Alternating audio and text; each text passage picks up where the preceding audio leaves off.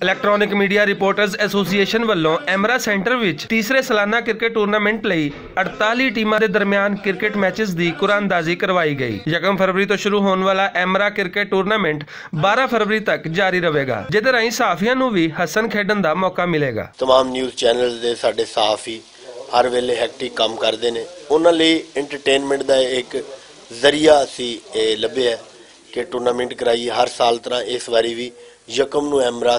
दे ज़ेरे तमाम सब्ज़ादार स्टेडियम च यह टूरनामेंट मुनक्कद होने जा रहा है, जिहदे च लाहौर की सारी सहाफती बरादरी के तमाम प्लेयर जिहड़े ने वो हिस्सा लै रहे हैं। इस बारी एमरा टूरनामेंट विच खवातीन सहाफियां की टीम भी हिस्सा लै रही है, जिहदा मुकाबला MPA 11 नाल मुतवक्का है। ते इस तो अलावा भी नुमाइशी मैच खेले जाएंगे, जिन्हां विच दूजियां शहरों तो आए सहाफी ते फनकार भी हिस्सा लैणगे। पहले नालों ज़्यादा टीमां जिहड़ियां ने वो इकट्ठियां होईयां ने ते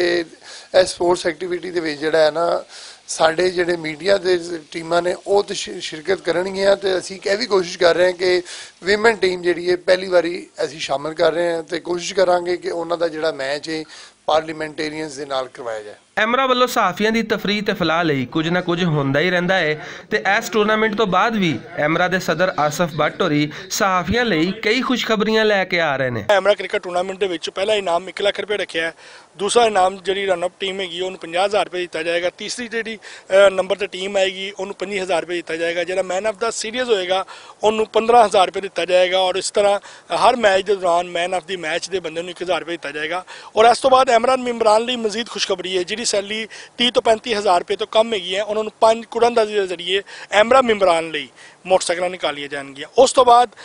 मजीद असी एक और फैसला किया है कि आइंदा साल जी भी बाडी आएगी इंशाल्लाह अगर कोशिश होएगी, अगर असी रिपीट किया या किसी और ने भी किया तो साड़ी कोशिश होएगी उन्होंने मिल के एमरा मेंबरान की 10 बच्चियां की ओनली बच्चियां की जी साड़ी धीआं भैनां ने उन्होंने असी शादी करावांगे और एमरा और अखराजात उठाएगी। एमरा सहाफियां की वो तंजीम बन के सामने आई है जिन्हें हकीकी मानिया विच सहाफियां लई काम कीता है, जिहड़ा नज़र भी आउंदा है। कैमरामैन हाफिज उमर दे नाल असगर अली, भुलेखा TV, लाहौर।